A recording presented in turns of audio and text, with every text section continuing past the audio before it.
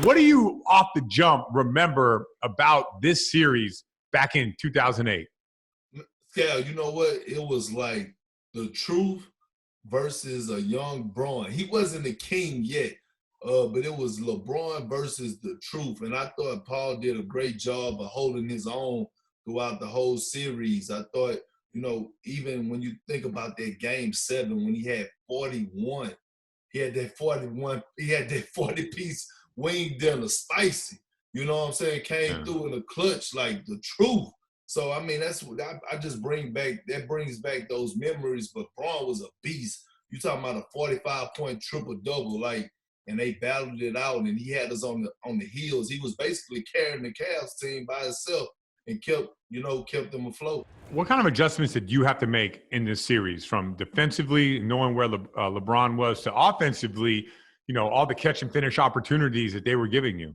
Well, they was doubling off me, so I had to, on the offensive end, I had to pick my spots, making sure I was getting big in the paint, ducking in at the dots and showing. Even if I wasn't getting the ball, I was being a decoy because it made that guy in the corner, opposite corner, have to help. And then the guy in the corner was getting wide open shots. So I just had to make sure I did my job, kept rolling the baseline, trying to get offensive rebounds and doing my part.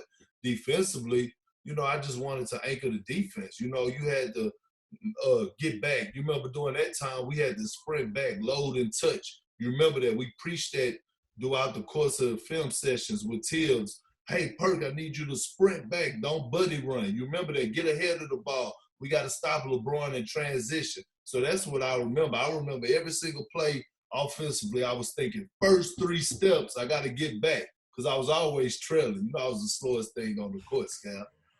I don't think you were as slow as people remember.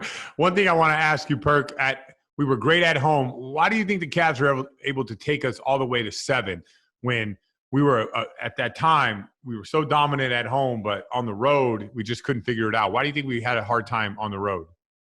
Well, I don't know. That's a good question. I think about that every day, but I think, just think about it, man. The Atlanta Hawks series got us ready, in my opinion. Like it tested us. It was a reason we went 7 with them. We couldn't win on the road, but we knew one thing, and you know this too, Scal.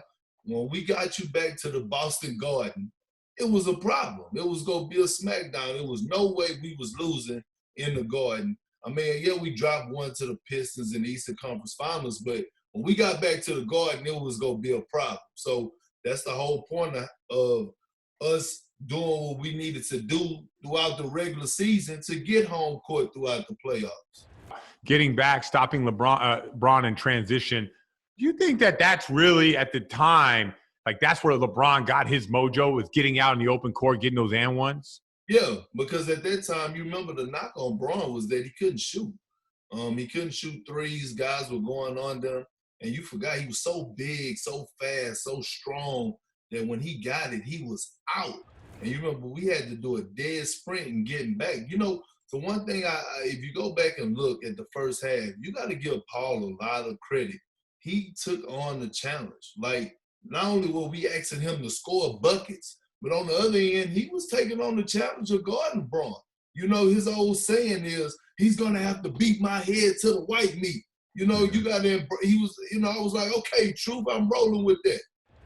You could sense LeBron is heating up and Pierce is holding his own. This is what we all wanted to see. This is the duel that we saw coming into this series, and this is Paul Pierce at his best.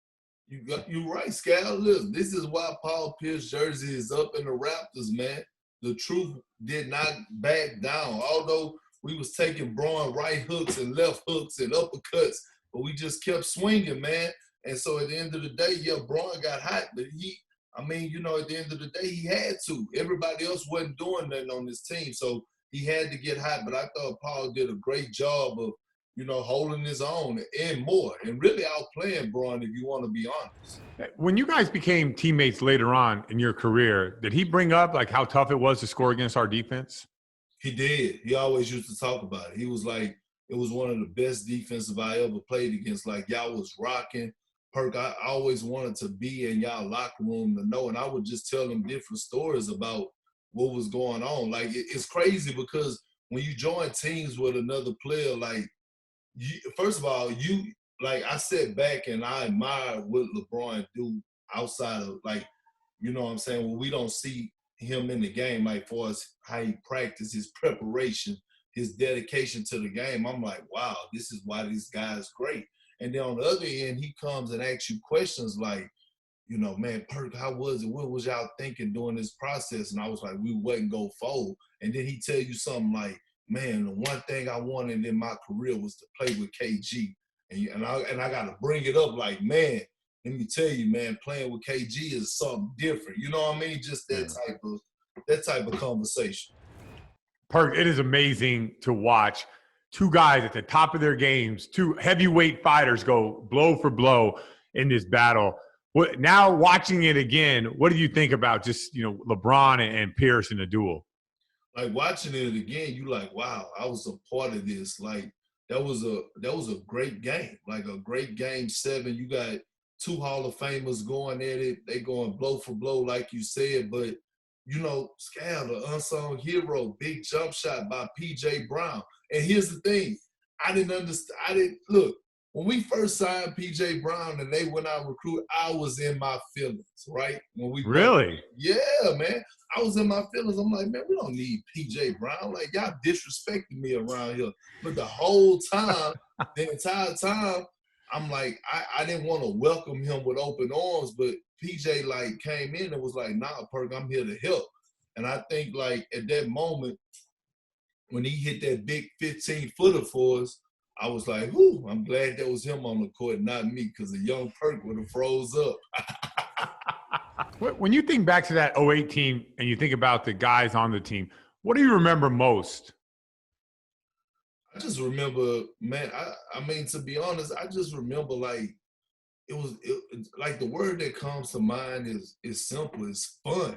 Like, we had fun, man. We had fun on and off the court. Like, if I could have any basketball, like any time in my life that I could go back to 1 year and bring back basketball, it would be '08. I don't care if I was in high school or whatever. Like, I had fun on and off the court, like kicking people behinds on the court and, the laughing and all the entertainment we had off the court. Like, I just think of the word fun, man. Like, it was good times, man.